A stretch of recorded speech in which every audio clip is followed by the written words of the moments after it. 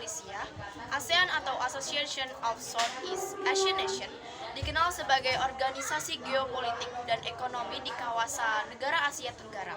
Indonesia, Malaysia, Singapura, Thailand, Brunei Darussalam, Timur Leste, Filipina, Myanmar, Vietnam, dan Kamboja menjadi anggota ASEAN. ASEAN didirikan di Bangkok, Thailand pada 8 Agustus 1967. Tujuan ASEAN didirikan untuk mempercepat pertumbuhan ekonomi, kemajuan sosial. Dan Indonesia dan Malaysia mulai kerjasama sejak 1957. Bapak Joko Widodo menandatangani perjanjian kerjasama dengan negara Malaysia di Kuala Lumpur. Kini kami akan membahas kerjasama Indonesia dan Malaysia di bidang ekonomi, politik, pendidikan, dan sosial budaya dan teknologi. Selamat menyaksikan.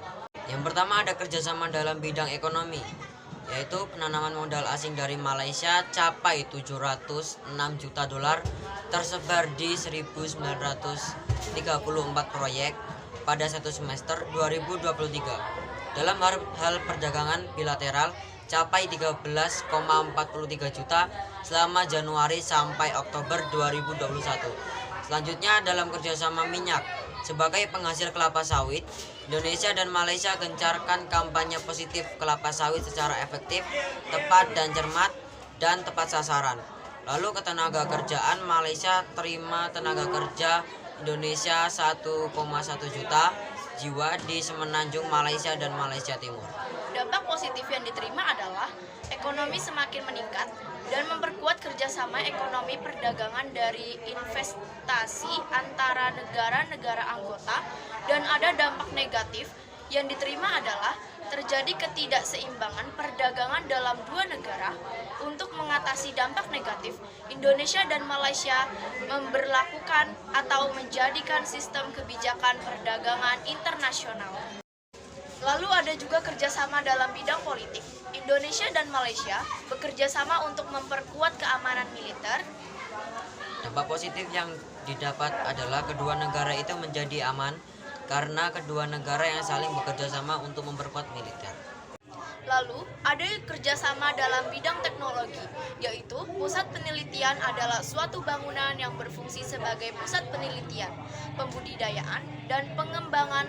Lalu ada juga kerjasama perkembangan teknologi, yaitu untuk memudahkan pekerjaan maupun aktivitas sehari-hari masyarakat dan terus memperkembangkan teknologi yang lebih canggih.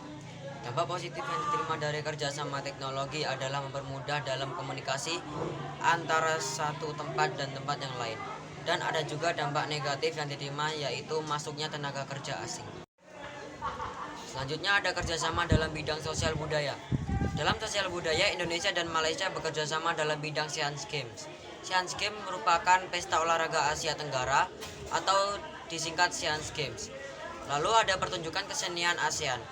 Indonesia dan Malaysia saling mempertunjukkan budaya-budaya negaranya sendiri. Ada juga dalam bidang kompetisi budaya, yaitu meliputi pengetahuan, keterampilan, pengalaman, dan kemampuan untuk melestarikan kebudayaan di negara-negaranya. Dapat mendorong masyarakat untuk terus belajar dan berinovasi dalam menciptakan hal-hal baru yang bermanfaat bagi kehidupan. Adalah dampak positif dari kerjasama di bidang sosial budaya. Dampak negatif yang diterima adalah meningkatkan berbagai macam hidup modern yang merusak moral. Indonesia dan Malaysia meningkatkan kualitas SDM atau sumber daya manusia dan memperkuat nasionalisme untuk mengatasi dampak negatif. Yang terakhir, ada kerjasama dalam bidang pendidikan. Indonesia dan Malaysia juga bekerja sama dalam bidang pendidikan. Indonesia dan Malaysia saling pertukaran pelajar. Program ini tersedia supaya kita bisa menikmati perkuliahan di negara terdekat, yaitu Malaysia.